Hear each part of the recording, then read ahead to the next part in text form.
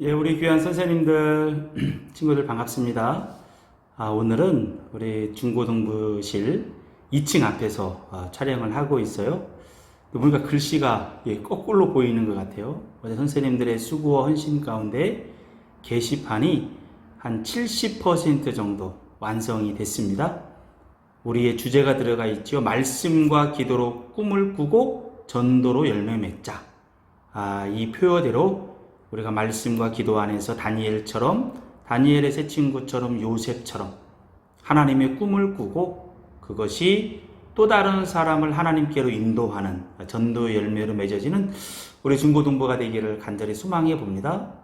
그리고 웰컴 있어요. 많은 열매들이 맺어졌으면 좋겠고 많은 기도 제목들이 또한 여기에 신청이 들어왔으면 좋겠고 우리 중고등부를 통해서 하나님의 말씀도 배우고 또한 이 시대를 살아가는 여러 지혜들도 배울 수 있는 그런 풍성한 나눔과 배움과 기도와 말씀이 있는 우리 중고등부가 되기를 소망해 봅니다. 오늘은 그 레위기 성결법 네 번째 시간이 되겠죠. 오늘은 지난 시간에 이어서 18장 우리 19절부터 30절까지의 말씀이에요. 지난 시간에 이어서 오늘 말씀이 전개가 되어지는데요. 오늘 다소 불편한 이야기가 나올 수 있으나 하나님의 말씀에 가감없이 그 맥락에 한번 서면서 우리는 구속받은 하나님의 백성으로서 어떠한 자세로 성관계적인 부분, 결혼에 대한 부분들 관점을 가져야 될 것인지 오늘 말씀을 통해서 정립해 보기를 원합니다. 오늘 우리가 특히 더 주목해서 볼 부분은 25절, 28절 땅이 토하여 낸다라고 하는 그 표현에 좀 많이 주목해 보기를 원해요. 땅이 토하여 낸다. 그때 히브리어 쓰인 단어로 보면 히필형이라고 불러요. 히브리어에는 7개의 동사가 있습니다.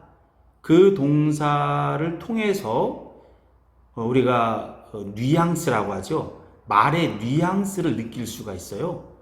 땅이 토하여 낸다. 히필령은 하나님이 주어로 올 수 있는 단어예요. 그러면 땅이 토하여 낸다라고 하는 부분은 하나님께서 심판한다 그런 의미입니다. 땅을 창조하신 분도 하나님이잖아요. 그 땅에 거주하지 못하도록 토하여 내는 것. 심판이 임하게 되는 거죠. 이 부분은 가나안 땅에서 가나안 족속들이 쫓겨나가는 부분들, 또한 유다 백성들이 하나님의 말씀대로 살지 못했을 때 하나님께서 그들을 바벨론으로 옮기잖아요. 이 부분도 한편에 땅이 토하여 낸 부분과 연결이 되어지거든요. 어떻게 하면 땅이 토하여 내는가? 이걸 우리가 생각해 보기를 원해요. 우리의 몸은 흙으로 만들어졌잖아요. 흙으로 만들어졌기 때문에 흙에서 나는 음식을 먹어야 돼요. 근데 땅이 거부하게 되면 열매를 주지 않아요. 그러면 가뭄이 오는 거죠? 그럼 우리는 가난해지는 것이고 굶는 거예요. 이건 하나님이 원하는 부분은 아닙니다. 하나님은 풍성하신 분이잖아요. 근데 우리가 하나님의 말씀에 어긋나게 행동을 하면 땅이 우리를 토해냄을 통해서 거주하지 못하게 되는 그러한 심판을 당한다라고 하는 부분들을 오늘 말씀 앞에 염두에 두기를 원합니다. 오늘 말씀을 본격적으로 시작하면서 우리가 몇 가지 얘기를 한번 해보고 시작할까 해요. 우리 선생님들 폼페이 화산 폭발에 관련된 영화인데 베수비오 화산이라고 하죠. 그로 인해서 폼페이가 그 화산에 직격탄을 맞게 되거든요. 그것이 영화화한 게 있습니다. 그 후에 이제 그 화산으로 덮였던 폼페이가 발굴이 되어지는데 화산이 폭발해서 화산재에 덮이기 전에 그런 상황들이 적나라하게 드러났어요. 음란을 행하다가 그 자리에서 화석화된 그런 부분도 많이 나타났습니다. 그게 한편에 로마 시대의 한 단면, 도덕적인 타락의 단면이 거기에 나타나거든요. 폼페이라는 지역이 농업과 교통의 요지예요. 많은 사람들이 그곳에 뭐 군인들이 휴가를 보내기도 하고 정착하는 그런 도시이기도 합니다. 그러한 도시에 베수비오 화산이 폭발하게 되면서 초토화되어지는 그런 부분이거든요. 이런 부분도 한편에 땅이 토하여 내는 것과 연결이 되어집니다. 또 북한 같은 경우에 우리가 해방을 맞이하기 전에 북한이 일제시대를 거치고 하면서 기간산업이 북한에 많이 있었어요. 왜냐하면 지하자원도 많이 있었기 때문에 북한이 남쪽보다는 훨씬 더 부유했었습니다. 보금이 들어오면서 황해도나 원산이나 평안도 보금이 왕성했던 지역이에요. 평양 같은 경우 1907년에 대부흥이 있었잖아요. 평양 대부흥이라고 하는데 이것은 세계 부흥의 역사 가운데 3대 손가락 안에 들어가는 엄청난 하나님의 역사였습니다.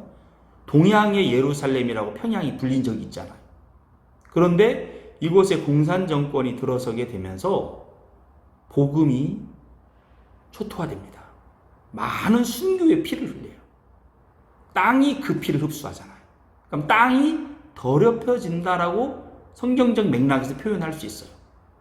그러니 어떻게 됩니까? 나중에는 그 땅이 그곳에 살고 있는 사람을 토해내는 거예요.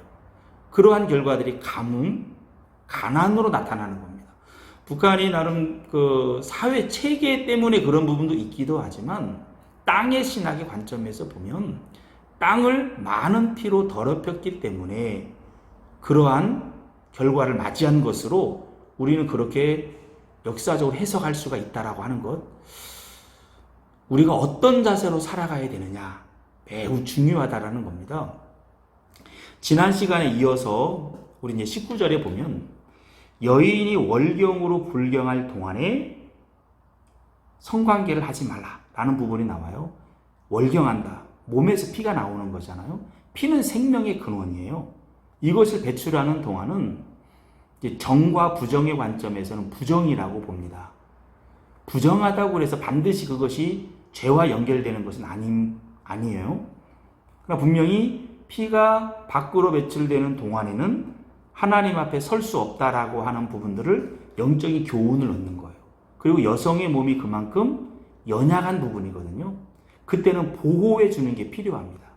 우리가 생리휴가라는 것도 있잖아요. 이건 좋은 제도예요. 몸에서 피가 배출되면서 나름대로 심리적인 영향도 주는 부분이 있거든요. 이럴 때는 휴가라든가 안식을 줌을 통해서 여인을 보호하는 것이 하나님의 자비의 손길입니다. 그러한 때 성관계를 맺는 것은 제의법, 정결법 차원에서도 바람직하진 않지만 윤리적인 관점에서도 바람직하진 않은 거예요. 그래서 구속받은 하나님의 백성은 여인이 월경의 기간 동안에는 그 여인을 보호해주고 성관계를 맺지 말라. 이것이 자비의 하나님의 처방이에요. 두 번째는 20절이죠. 내 이웃의 아내와 동침하지 말라. 성관계를 맺지 말라. 하나님은 질서의 하나님입니다. 나에게 허락해준 아내가 있어요. 아내를 넘어서서 다른 사람에게 눈독을 들이고 눈총을 주는 것은 어긋나는 거죠. 가정을 파괴하는 거잖아요. 이것은 해서는 안 되는 일인 거죠. 탐욕이에요. 그 다음에 우리가 이제 몰렉에게 주어 불로 통과하게 하지 말라. 이게 21절의 말씀이거든요. 왜 갑자기 여기서 몰렉이 언급이 돼요? 몰렉, 밀곰, 말감 이런 다양한 부분들로 표현돼요. 암몬족 속에 있었던 우상 숭배인데요. 이 우상 숭배가 바람직하지 못한 성관계 맥락에서 왜 나왔을까? 두 가지를 생각해 볼 수 있어요. 하나는 언어적인 관점이에요. 20절에 보면 설정이라는 말이 나오거든요. 정액이 배출되는 거잖아요. 생명이 배출되는 거예요. 몰렉에게 자식을 바치는 부분들 21절에 보면 자녀라는 말이 나오고 이게 제라, 씨라는 것이거든요. 어휘적인 부분으로 20절의 설정과 21절의 자녀가 연결이 되어지기 때문에 이 맥락에 언급이 되지 않았을까. 또 하나는 고증을 통해서 보면 몰렉 숭배가 있었던 곳이 바알 숭배를 했던 곳과 연결되어진다라고 하는 것이에요. 바알 숭배는 부적절한 성관계를 종교적 관점에서 허용을 합니다. 바알을 흥분시켜서 비를 내리게 해야 된다. 그래서 신전에서 그들이 생각하는 신전에서 성관계를 맺거든요. 그러니까 몰렉 숭배도 이와 연결되어 있는 측면이 있다라는 거죠. 바울 서신에서도 바울이 우상 숭배와 음행을 연결시키거든요. 우상 숭배가 일어나는 곳에서 음행이 벌어지고 했다라는 겁니다. 이게 이방 사람들의 습관이에요. 풍속이에요. 규례예요. 너희는 절대 그렇게 하지 말라 라고 하는 부분을 연결시키는 차원에서 몰렉 숭배를 부적절한 성관계에 대해서 언급하는 맥락에서 이야기하지 않았을까 우리는 생각을 해보게 됩니다. 그 다음에 우리가 오늘 유념해서 볼 부분이 22절 23절이에요. 동성애에 대한 언급을 하거든요. 남자가 남자로 더불어 부끄러운 일을 하고 여자가 여자로 더불어 부끄러운 일을 하는 부분을 언급을 하는데, 동성애, 왜 동성애가 문제가 됩니까? 여러 이유가 있겠지만 오늘 그 중에서 우리가 생각해 볼 부분은 뭐냐면, 여성과 여성의 관계를 맺는 거예요. 왜 그런 일을 할까요? 여성의 몸을 남성이 더 잘 알겠습니까? 여성이 더 잘 알겠습니까? 여성이 더 잘 알아요. 그래서 여성이 여성의 몸에 나름대로 손을 대면서 그런 관계를 맺고 하면 그들 나름대로는 훨씬 더 쾌락적이라고 생각을 하는 거예요. 민감한 부분을 터치해 줄 수 있다고 하는 거죠. 그래서 여성과 여성끼리 동성애를 하는 사람들이 있거든요. 남성과 남성은 왜 그럴까요? 여성은 적어도 한 달에 한 번 정도 월경의 기간을 갖잖아요. 생리 기간을 갖잖아요. 그때는 상당히 민감합니다. 그리고 성관계를 맺는 것이 어려워요. 근데 남자는요, 월경이 없잖아요. 생리 기간이 없잖아요. 그러니 훨씬 더 효율성적인 차원에서 남성과 남성의 관계를 맺는 것이 낫다라고 생각을 하는 거죠. 또 여성들은 생리 기간에 심리적으로 좀 민감한 부분도 있다고 그래요. 남성은 그게 없잖아요. 그런 측면에서 동성애가 이루어지고 있다라고 하는 것입니다. 여러 사유 가운데 하나가 지금 언급했던 부분과 연결이 되어져요. 그 다음에 언급되어지는 것이 수간, 짐승 숫자거든요. 짐승과 사람이 교접을 합니다.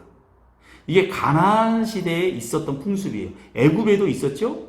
그때로 끝나는 문제예요. 가나안의 풍습이라고 하는 것은 가나안 땅에 있었던 그 풍습만을 의미하는 것이 아니라 하나님을 인정하지 않는 사람들의 삶의 자세, 도덕 수준을 말하는 것이에요. 가나안 풍습은 지금도 널려져 있죠. 로마 시대도 보면, 로마도 이제 성적인 타락이 깊어지고 하면서 망하는 부분들도 가는 한 요소가 되기도 하거든요. 칼리큘라 황제라고 있어요. 이 황제가 영민했던 황제인데 나중에는 아주 폭군으로 바뀌는 부분이죠. 그에 대한 기록 가운데 한 군데를 보면 궁중에서 연회를 베풀어요. 연회를 베푸면서 난잡한 성행위가 일어납니다. 그런 행동이 일어나다가 갑자기 짐승을 끌고 들어와요. 말을 끌고 들어와요. 그리고 말과 여성의 교접을 시킵니다. 그리고 막 사람들이 히히덕거리고 웃고 있어요. 수간이라고 하는 부분이 상당히 오랜 기간부터 이루어져 왔었던 일이에요. 오늘날도 있습니다. 반려동물을 요즘 많이 키우고 하잖아요. 근데 반려동물 가운데 수간을 하는 사람들도 있다라고 하는 것이에요. 베두인들 같은 경우는 이제 목동들이죠. 그들이 결혼을 하기가 쉽지가 않았다고 합니다. 왜냐하면 결혼하면 당시만 해도 결혼 지참금이 필요하잖아요. 마련하기가 쉽지 않았어요. 그래서 여성과 결혼하는 걸 포기하고 예쁜 양을 골라서 그 양을 옆에 데리고 다니고 자기도 하면서 거기서 나름대로 성적인 부분을 해소를 했다라고 하는 겁니다. 수간이라고 하는 부분도 널리 행하여진 악습 가운데 하나였다라고 하는 것. 그래서 하나님께서 애굽에서 영향을 받았고 앞으로 가나안 땅에 들어갔을 때 그러한 문화가 있고 또한 오늘을 살아가는 우리에게도 여전히 하나님을 믿지 않는 사람들에게는 이러한 악습들이 있을 텐데 너희는 절대 가까이 하지 마라. 구속받은 하나님의 백성, 예수님을 모시고 살아가는 사람, 성령이 내주하는 사람, 하나님 아버지를 아빠 아버지라 부르짖는 사람은 이러한 부정적인 관계 속에 절대 자신을 노출하지 마라. 동성애나 수간이나 하나님의 질서를 어긋난 성관계, 지난 시간까지 본 근친상간이라는 거예요. 윤리와 도덕이 없어요. 오로지 그들을 움직이는 건 뭐냐? 욕망과 탐욕이에요. 그곳에만 사로잡혀서 하나님이 창조한 질서를 파괴하는 거예요. 하나님이 창조한 질서는 뭡니까? 아담과 하와는 하나님이 만들었어요. 그 이후에 사람들은 아담과 하와를 통해서 남성과 여성의 아름다운 부부관계를 통해서 자손이 번성되는 것, 그것이 하나님이 계획한 부분이었거든요. 근데 동성애라든지 수간, 이걸 정면으로 거부하는 거잖아요. 단순히 그들의 그런 한 행태가 문제가 아니라 근본된 사상의 문제예요. 하나님을 인정하지 않겠다라는 거예요. 그분의 역사를 거부하는 거죠. 결국 그렇게 되면 어떻게 되는 겁니까? 25절, 28절. 땅이 토한다라고 하는 것이에요. 땅이 그들을 거부하는 거예요.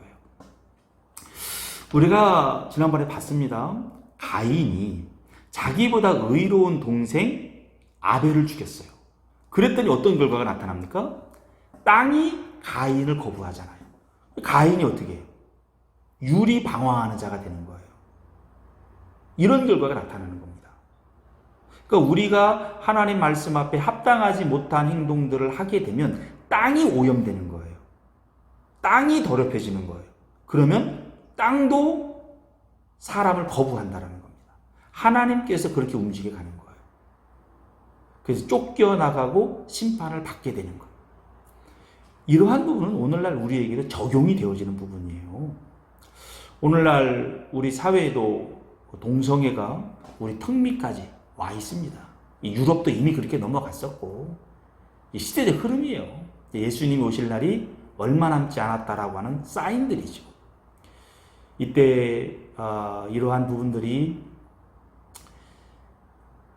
우리나라에서 통용되지 않았으면 좋겠어요. 이를 위해서 우리가 기도하고 그러한 악법들은 통과되지 않도록 우리가 노력할 수 있는 부분은 노력을 하는 것 필요합니다. 그럼 그렇게 되면 통과가 되어지고 여러 부분에서 하나님을 대적하는 일들이 나타나고 그러면 결국 땅이 우리를 토한다라고 하는 것, 땅의 신학의 관점에서 우리의 신앙을 정비할 필요가 있다라고 하는 것 염두에 두면서 우리 귀한 선생님들, 우리 귀한 친구들은 절대로 이러한 잘못된 문화에 오염되지 않도록, 노출되지 않도록 우리 자신을 정결한 신부로서 세워가는 것이 필요하다. 그리고 우리 지난 시간에 봤지만요, 하나님의 말씀의 원리대로 할 때 진정한 쾌락도 누리는 거예요. 세상 사람들이 이런저런 방패 써가면서 쾌락을 추구해 가지요. 하나님은 바보가 아닙니다. 하나님의 방법대로 하는 사람에게 줘요. 이걸 염두에 두면서 우리는 그런 유혹에 빠지지 않고 정결한 하나님의 백성으로서 그렇게 서서 하나님을 영화롭게 하고 또 다른 사람들에게도 하나님의 방법대로 하는 것이 가장 안전하고 좋구나 라는 부분을 깨달을 수 있다. 우리 모두가 복의 통로로 쓰여지기를 간절히 소망합니다. 이번 한 주간도 말씀과 기도 가운데 깨어있는 우리 귀한 선생님들 되시기를 간절히 소망합니다. 감사합니다.